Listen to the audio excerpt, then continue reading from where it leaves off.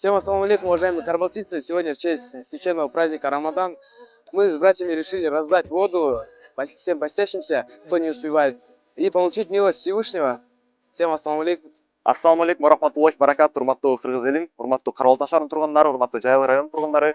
Бүгүн биз болсо ошо ийнебиз болуп, тезирээк ошол соопчулук үчүн, Аллахтан ыраазычылык үчүн элдерге ошол финики жана ошондой эле суу таратайлы деп чечтик. Азыр оза чарга жарым саат убакыт калды. Ошол жарым саат убакыттын ичинде үйлөрүнө чачып бараткандарга, же машинада отуруп бараткандарга, же мүмкүнчүлүгү жок болгондорго Аллахтын алдына себепчи болуп таратып коелу.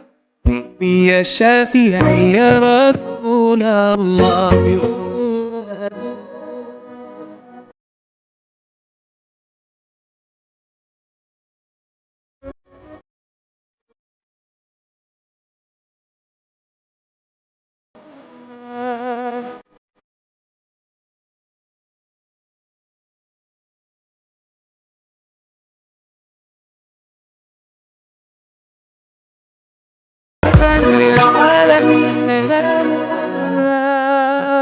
يا شافع يا رسول الله أمي وأبي